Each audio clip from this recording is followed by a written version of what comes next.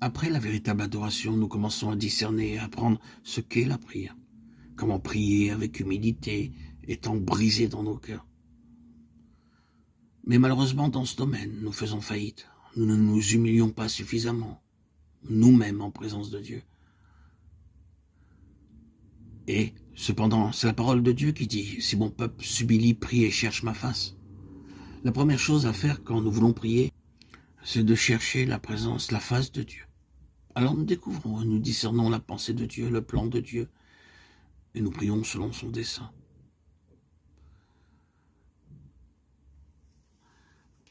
Quand je verrai si mon peuple, sur qui est invoqué mon nom, s'humilie, prie et cherche ma face. Et s'il se détourne de ses mauvaises voies, je l'exaucerai des cieux, je lui pardonnerai son péché, je guérirai son pays. Mes yeux seront ouverts désormais et mes oreilles seront attentives à la prière faite en ce lieu. 2 Chroniques 7, 12, 15. C'est alors seulement que le souverain sacrificateur put exercer correctement son ministère et beaucoup de gens vinrent ensuite s'approchant de Dieu par le souverain sacrificateur pour recevoir la réponse de Dieu à leurs problèmes. Lorsque l'œuvre du temple fut achevée, ainsi du reste que celle du tabernacle, la voix de Dieu fut entendue du haut du trône de la grâce, c'est-à-dire le propitiatoire entre les 2 chérubins. Nous aussi, de nos jours, nous pouvons entendre la voix de Dieu de la même façon. Tout d'abord, nous nous plaçons sous l'autorité et la seigneurie du chef suprême du Seigneur Jésus.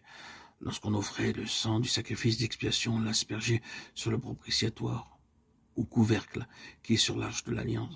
Cela signifie que nous avons à proclamer l'efficacité et la valeur du sang précieux du Seigneur Jésus-Christ avant de prier. Ainsi donc, frères, puisque nous avons au moyen du sang de Jésus une libre entrée dans le sanctuaire, Hébreux 10, 19, ce n'est qu'au moyen du sang précieux du Seigneur Jésus-Christ que nous avons la liberté d'entrer dans sa présence et de lui parler.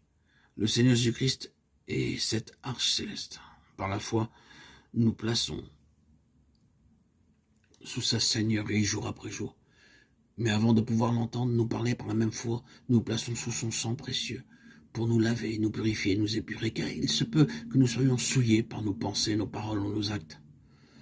La parole de Dieu dit « Heureux ceux qui ont le cœur pur, car ils verront Dieu ». Matthieu 5, 8. Cependant, nous ne pouvons pas avoir cette pureté en nous-mêmes. Ce n'est que par le sang précieux du Seigneur Jésus-Christ que nous pouvons être lavés, purifiés, devenir blancs et purs. Ce n'est que lorsque nous avons été lavés par le sang du Seigneur Jésus que nous pouvons l'entendre nous parler. C'est une réalité. Son sang ne peut jamais perdre sa puissance et comme nous l'avons vu précédemment, le Seigneur Jésus-Christ a apporté dans sa totalité son propre sang dans le ciel le dimanche matin de Pâques. Il l'a fait en tant que souverain sacrificateur et le sang est maintenant gardé dans les lieux célestes et de ce lieu, il est répandu dans le cœur du croyant.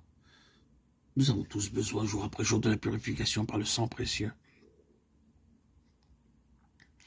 Il y a des pensées que nous ne désirons pas et ne recherchons pas, qui cependant s'imposent à nous. Parce que voient nos yeux, nous pouvons être souillés. En exprimant des paroles d'irritation, nous pouvons être souillés. Toutes ces souillures doivent être lavées, purifiées par le sang précieux du Seigneur. Alors seulement, nous pouvons prier parce que nous jouissons de sa présence et nous pouvons lui parler face à face.